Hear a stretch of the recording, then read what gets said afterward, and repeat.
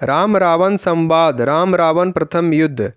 मकराक्ष का मृत शरीर देखकर रावण को बहुत ग्लानि महसूस होती है, क्योंकि मकराक्ष की मृत्यु रावण के युद्ध में हुई थी और मकराक्ष रावण के भाई खर का पुत्र था। इसलिए रावण यह सोच रहा था कि उसके युद्ध के कारण खर का पुत्र बलि चढ़ गया है। इस कारण रावण स्वयं युद्ध में जाने का निश्चय करता है और कहता है कि यह मेरा युद्ध है और इस युद्ध को मैं स्वयं ही समाप्त करूंगा। आज मैं स्वयं रणभूमि में जाकर युद्ध को समाप्त कर दूंगा। अगर यह युद्ध लंबा चला तो यह लंका के हित में नहीं है। रावण की यह घोषणा सुनकर उसका पुत्र इंद्रजीत स्वयं युद्ध में जाने की बात कहता है, लेकिन रावण उसे भी नकार देता है और कहता है कि यह मेरी लड़ाई है, इसलिए सबसे पहले मुझे ही सामना करना पड़ेगा। क्रोध के वश में रावण अपने सेनापति को आदेश देता है कि मेरे साथ सेना को युद्ध में जाने के लिए तैयार करो। सेना के एक नई टुकड़ी को साथ लेकर लंकापति रावण बाहर युद्ध भूमि में आता है और आते ही गरजता हुआ अपने धनुष की प्रत्यंचा खींचता है। रावण के धनुष की प्रत्यंचा के डंकार से आसमान में बिजली कड़कने लगती है। गरजता हुआ रावण राम को युद्ध के लिए ललकारने लगता है और पूछता है, कहाँ है राम? आज उसकी मृत्यु मेरे हाथों निश्चित है। यह सुनकर वानर राज सुग्रीव रावण के सामने आते हैं और उसे बोलते हैं, हे रावण, तुम जैसा दुराचारी और पापी श्री राम प्रभु के दर्शन के लायक नहीं है, इसलिए उनसे युद्ध करने से पहले तुम हमसे युद्ध करो, क्योंकि तुम्हारे कार्य तो इस लायक भी नहीं है कि तुम प्रभु श्री राम के हाथों दंड पा सको। यह कार्य भी मुझको ही करना पड़ेगा। यह कहकर सुग्रीव और रावण में युद्ध शुरू हो जाता है।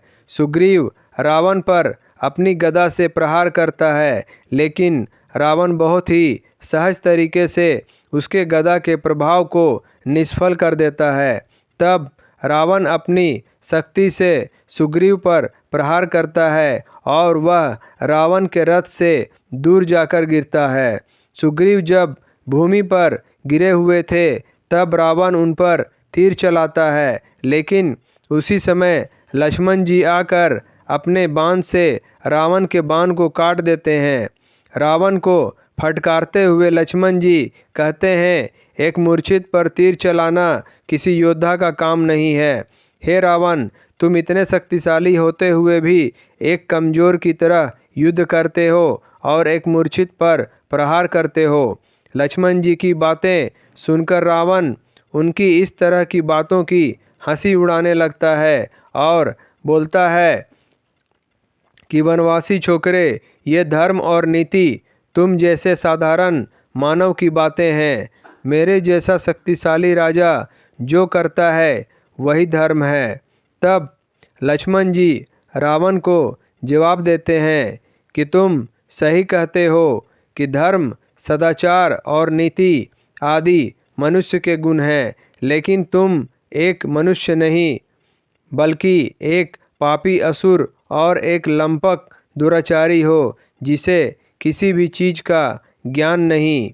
लक्ष्मण की इस बात को रावण अपना अपमान समझता है और उस पर घातक बाण चलाता है। रावण के तीर के जवाब में लक्ष्मण जी भी अपने बाण चलाते हैं और दोनों में युद्ध आरंभ हो जाता है। कुछ ही समय बाद रावण लक्ष्मण पर भारी पड़ने लगता है और रावण अपने जहरीले अस्त्र द्वारा लक्ष्मण जी को मूर्छित कर देता है। लक्ष्मण जी के मूर्छित होते ही अंगद और जामवंत उन्हें वहां से लेकर जाने लगते हैं। तभी रावण मूर्छित हुए लक्ष्मण पर भी बाण चलाने की कोशिश करता है, लेकिन बजरंगबली हनुमान जी रावण के सामने आ जाते हैं और उस पर प्रहार करते हैं। रावण तथा हनुमान जी के बीच युद्ध आरंभ होने की ही वाला था, तभी श्री राम वहाँ पर आ जाते हैं और बोलते हैं, वाह रावण वाह, तुम महादेव के समान शक्तिशाली महाबली हनुमान के सामने टिक पा रहे हो तो तुम वाकई में परम शक्तिशाली हो, लेकिन अपने कुछ कर्मों की वजह से तुम्हारे अंदर अहंकार और अज्ञानता आ चुकी है, जो कि बहुत जल्द तुम्हारे विनाश का कारण बनेगी। शक्तियों तथा देवताओं से मिले वरदानों का दुरुपयोग करके इतने अहंकारी हो गए हो कि तुम्हें धर्म और अधर्म में भी अंतर नज़र नहीं आता। श्री राम के मुख से ऐसी मर्यादा भरी बातें सुनकर रावण ज़ोर ज़ोर से हंसने लगता है और बोलता है, अरे बनवासी राम, मैंने तो सोचा था कि तुम कोई बहुत बड़े योद्धा होंगे जो कि मुझसे रणभूमि में आते ही युद्ध करोगे, लेकिन तुम तो बातों से मुझे कोई साधु संत या कोई उपदेशक लगते हो। अगर तुम इतने ही शक्तिशाली या धनुर्धारी हो तो आओ और मुझसे युद्ध करो। आज मैं तुम्हारी सारी गलतफहमियां दूर कर दूंगा। रावण बोलता है, आज इस युद्ध को यहीं पर विराम लगाने के लिए ही मैं युद्ध भूमि में आया हूँ। ये रणभूमि है, यहाँ उपदेश नहीं युद्ध किया जाता है। अगर तुम्हारे अंदर साहस है तो मेरा सामना करो। यहाँ सवाल भी बाण करेंगे और उत्तर भी बाण ही देंगे। यह कहकर रावण श्री राम पर बाण चला देता है। श्री राम भी बड़े ही सहजता से उसके बाण का उत्तर देते हैं। श्री राम एक एक करके रावण के हर अस्त्र शस्त्र को निष्फल कर रहे थे। श्री राम पहले रावण का धनुष काट देते हैं। धनुष कटने के बाद रावण अपनी चंद्रहास तलवार उठाता है, जो कि उसे भगवान शिव ने दी थी, लेकिन श्री राम अपने एक साधारण बाण से उस तलवार को भी काट देते हैं, जिसे देखकर रावण अचंभित होता है।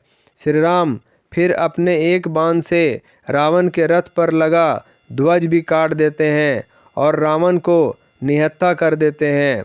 रावण को पूरी तरह निहत्था करने के बाद श्री राम रावण को अंतिम चेतावनी और संदेश देते हैं और बोलते हैं, हे रावण, तुम जिस शक्ति का अहंकार करते हो आज उसका परिणाम देख चुके हो। इस वक्त तुम मेरे सामने केवल इसलिए जीवित खड़े हो क्योंकि मेरे रघुवंश में किसी निहत्थे पर वार नहीं किया जाता। तुम आज केवल अपने शत्रु की दया के कारण जीवित हो। जाओ और अपने घाव भरो, क्योंकि अगली बार तुम्हें क्षमा नहीं किया जाएगा। मैं तुम्हारे समस्त पापों का दंड देने के लिए आया हूँ और दे कर जाऊँगा।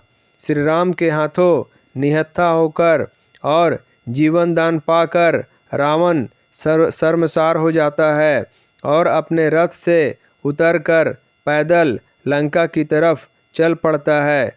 उसकी सेना भी पीछे पीछे चली जाती है, जिसके साथ ही पहले दिन का युद्ध समाप्त हो जाता है।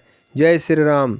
दोस्तों, आपको हमारा वीडियो पसंद आया हो, लाइक करें, शेयर करें, सब्सक्राइब करें और हमारी नई वीडियो के लिए बेल आइकॉन ज़रूर दबाएं। धन्यवाद।